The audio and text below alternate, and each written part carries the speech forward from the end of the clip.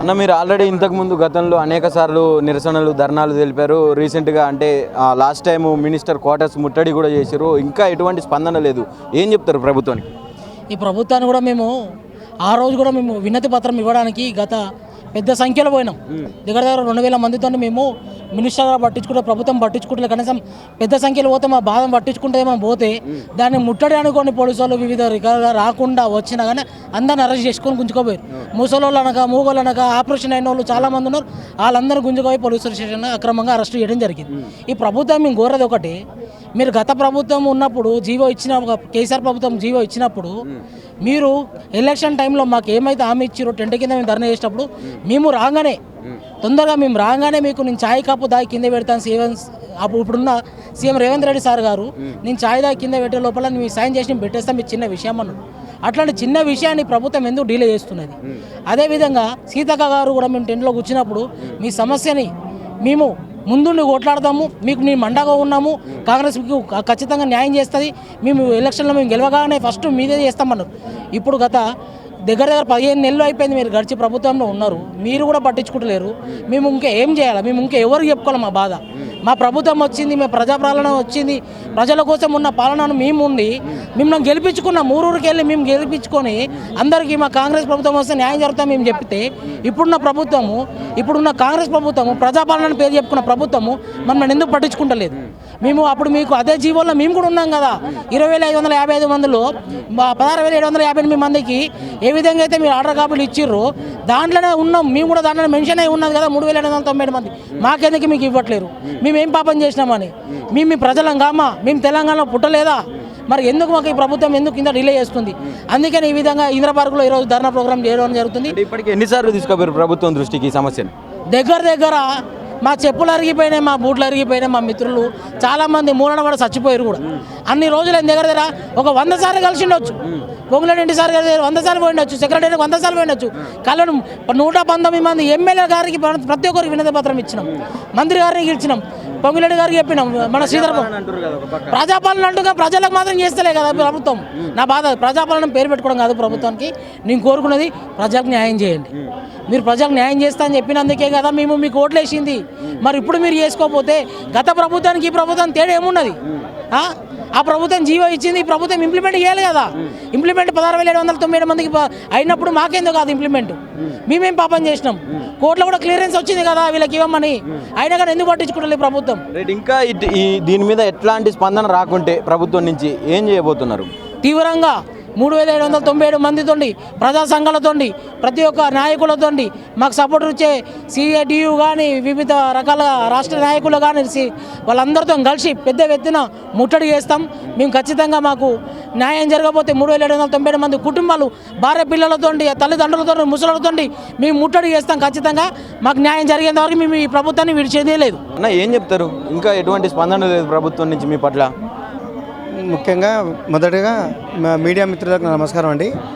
నేను నాగర్ కర్నూలు జిల్లా రేవంత్ రెడ్డి గారి మండలే ఒంగూరు మండలం నుంచి మాట్లాడుతున్నాను. నా పేరు మధు.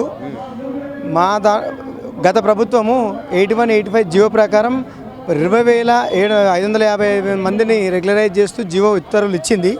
కానీ అందులో 16,558 మందికి ఇచ్చి మిగతా ఆ జీవోలోనే పొందుపరిచింది 3,797 మందిని కూడా రెగ్యులరైజ్ చేయాలి. వీళ్ళకు కూడా విద్యార్హతల ప్రకారం మిగతా వాళ్ళకి ఎలా ఇచ్చినాం వీళ్ళకు కూడా ఇవ్వాలని చెప్పేసి రెగ్యులరైజ్ చేయాలని చెప్పేసి జీవో ఇచ్చింది. కానీ ఆ క్లియరెన్స్ కూడా వచ్చింది. వచ్చిన తర్వాత ఆ క్లియరెన్స్ని తీసుకెళ్ళి మేము మళ్ళీ ఈ గవర్నమెంట్ కూడా సబ్మిట్ చేసినాము. వచ్చిన తర్వాత కూడా వీళ్ళు నిర్లక్ష్య ధోరణితో మాకు ఇంకా న్యాయం చేయడం లేదు. 18 నెలలుగా కాళ్ళు అరిగేలా తిరుగుతూ ఉన్నాము. ప్రతి ఆఫీస్ చుట్టూ తిరుగుతున్నాము. ఎమ్మెల్యేలను కలిసినాము, రేవంత్ రెడ్డి గారిని కలిసినాము. ప్రతి మీటింగ్లో రేవంత్ రెడ్డి గారు వచ్చినప్పుడు వాళ్ళని కలిసినాము. ప్రతి 117 మంది ఎమ్మెల్యేలను కలిసినాము.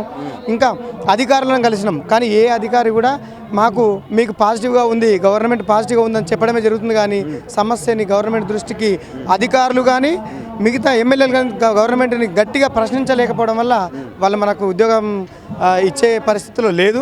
కాబట్టి ఒకవేళ ఇలాంటి ధోరణి ఈ ప్రభుత్వం వైఖరిని ఇలాగే ఉంటే కనుక ప్రజా సంఘాలతో పాటు అంటే వేరే సిఐటియు వీళ్ళతో మేము మమేకం అవుతూ భవిష్యత్తులో కార్యాచరణ రోడ్లపైకి వచ్చి భార్య పిల్లలతో అందరితో కలిపి పెద్ద ఎత్తున ఉద్యమం చేస్తామని కోరుకుంటున్నాం. అసలు కొత్తగా వచ్చే జీపీఓకి సంబంధించిన దాంట్లో మీకు ఏమైనా ప్రాధాన్యత ఇస్తుంది అనుకుంటారా ఈ ప్రభుత్వం? మాకు కావలసినటువంటి విద్యార్హతలు ఉన్నాయి, ఎక్స్పీరియన్స్ ఉన్నది. 15 సంవత్సరాల నుంచి 20 సంవత్సరాల నుంచి కూడా మా నాన్నల ఉద్యోగాలు మేము చేస్తూ ఉన్నాం.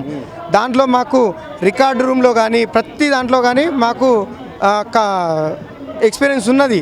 మాకు ప్రతి ఒక్క దానికి మేము ఎలిజిబుల్ ఉన్నాం. జీపీఓలో ఇదే గవర్నమెంటు 16,557 మందికి ఉద్యోగాలు ఇచ్చింది. ఆ ఉద్యోగాలు ఆ జీవోలోనే మాకు కూడా 3,797 మందికి ఇవ్వమని కూడా రాసి ఉంది. అందులో కనుక ఇచ్చుంటే ఈ జీపీఓలో మాకు కూడా ఆప్షన్ వచ్చేది, మేము కూడా సేమ్ అదే ఎలిజిబిలిటీలో ఉండేవాళ్ళం. కానీ అట్లా అందులో ఇవ్వకపోవడం వల్ల మేము కూడా నష్టపోతున్నాం. కానీ ఇప్పుడు కూడా మేము ఎలిజిబుల్ ఉన్నాం కాబట్టి ఇప్పటికైనా ఆ మొండి వైఖరి మాని మాకు కూడా ఈ అసెంబ్లీ సెషన్ అయిపోయే లోపు ఈ జీపీఓలో అవకాశం ఇచ్చి మా కుటుంబాలు 3,790 మంది కుటుంబాలను కూడా ఆదుకోవాలని రేవంత్ రెడ్డి గారిని కోరుతూ హెచ్చరిస్తున్నాం కూడా. ఏందే మీకు 83 రోజులు చేసిన దీక్షల మీకు టెంట్ కిందికి వచ్చిండు రేవంత్ రెడ్డి. ఇప్పుడు ఎన్ని టెంట్లు వేసినా ఆయన వస్తలేడు. ఏంది, ఎట్లా చూస్తారు? ఏం చెప్తారు రేవంత్ రెడ్డి? ఇది ప్రజాప్రభుత్వం కాదు, ప్రజాప్రభుత్వం కాదు, ఇది రౌడీ ప్రభుత్వం అయింది. కంచెలు బద్దలు కొట్టినామంటుండగా, కంచెలు బద్దం కొట్టినా ఏది కొట్టినా కంచెలు మళ్ళా కంచెలు వేసుకుంటున్నాడు. ఇవాళ ముఖ్యమంత్రి గారికి కలవడానికి పోతే మొన్న మా రాష్ట్ర నాయకులు పిలిపిస్తే మేము ముఖ్యమంత్రిని కలబోతే ఏం చేసారు, ముందుకుందే పోలీసు వాళ్ళు అరెస్ట్ చేసారు, ముందుకుందే కంచెలు వేసేసారు ముఖ్యమంత్రి గారి ఇంటికాడ. అదే ప్రగతి భవన్కు మినిస్టర్ ముట్టడుకోతే ఒక్కొక్కళ్ళని తీసుకుపోయి హైదరాబాద్లో ఎన్ని పోలీస్ స్టేషన్లు ఉన్నాయి అన్ని పోలీస్ స్టేషన్లో మా వాళ్ళని వేయడం జరిగింది. ఆడికెళ్ళి మళ్ళీ ప్రగతి భవన్ వచ్చినాం. ప్రగతి భవన్ వస్తే మామూలుగా 2 పేపర్లు పట్టుకోను ఓ కాగితం పట్టుకోను ప్రగతి భవన్లోకి పోతే ఓనిచ్చిర్రు. వచ్చి మా వాళ్ళను మళ్ళీ ఫోన్లు చేసి పిలిపించుకొని మరి మీడియా పాయింట్ కాడ మాట్లాడనిస్తారా, మాట్లాడనియారంటే పోలీస్ సోదరులు వచ్చి అయ్యా మీకు ఇక్కడ మాట్లాడని అధికారం అంటే మమ్మల్ని అందరినీ ఇక్కడ చచ్చిపోయినా సరే కానీ నేనైతే వీడికి వెళ్ళి జరిగేలేదు. మీడియా ముందు మీడియా మిత్రులను అందరినీ పిలిపించి ఆడ మీడియా ముందు మాట్లాడితే అప్పుడు వాళ్ళకి చలనం వచ్చింది. ఆ మంత్రి కాదు, వీళ్ళు జీతాల కోసం ప్రజాపాలన చేస్తున్న ప్రభుత్వం అంటారు, ప్రజల ప్రభుత్వం అంటారు. మరి ఉచిత పథకాలకు డబ్బులు ఉన్నాయి కానీ ఉద్యోగస్తులకు డిఏలు టీఏలు ఆర్డర్లు ఇవ్వడానికి వాళ్ళకు లేవు. అంటే ఆల్రెడీ జీవో తెచ్చిర్రు పోయిన ప్రభుత్వం, మరి ఇప్పుడు ఎందుకు దాన్ని అమలు చేయలేకపోతా ఉన్నది? ఇలా నిర్లక్ష్యం, దున్నపోతు మీద ఆనబడ్డట్టే ఉన్నది. మొన్న పోయిండు ఇజ్రాయెల్ పోయిండు 40,000 కోట్లు తెచ్చిండు. మొన్న అమెరికా పోయిండు 12,000 కోట్లు తెచ్చిండు. అవి ఎవరికి ఎడతాడు ఉచిత పథకాలకు పెట్టడానికి?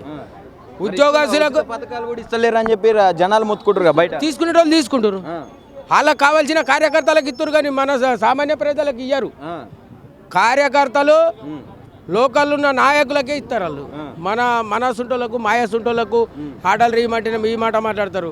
ఆర్డర్లు ఇయ్యరాళ్ళు. ఇక ఆర్డర్లు ఇయ్యాలంటే ఒకటే పని. మా వాళ్ళు కూడా 3,097 మంది 3,797 మందిని ఈయన్నే ఆమర నిరాహార దీక్ష కూర్చుండడానికి నేను ఖచ్చితంగా పూనుకొని ఈయనే కూర్చుంటా.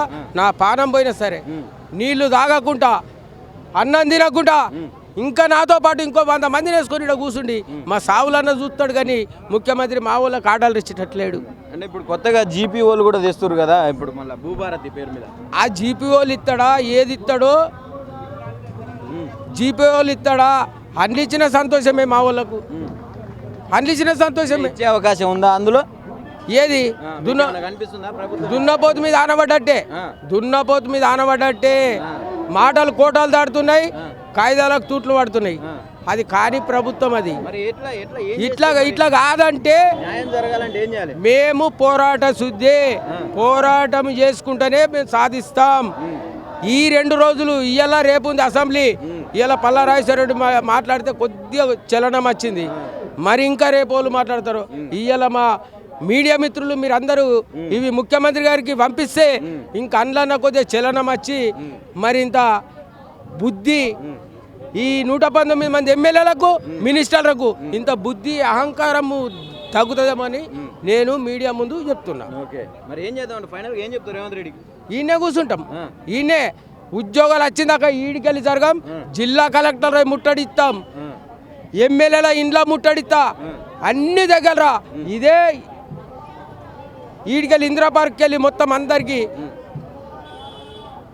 మాట ఫోన్లు చేసి ప్రతి జిల్లాల కలెక్టర్ ఆఫీసులు ముట్టడించాలని వాళ్ళకి ఆర్డర్ పెడతా.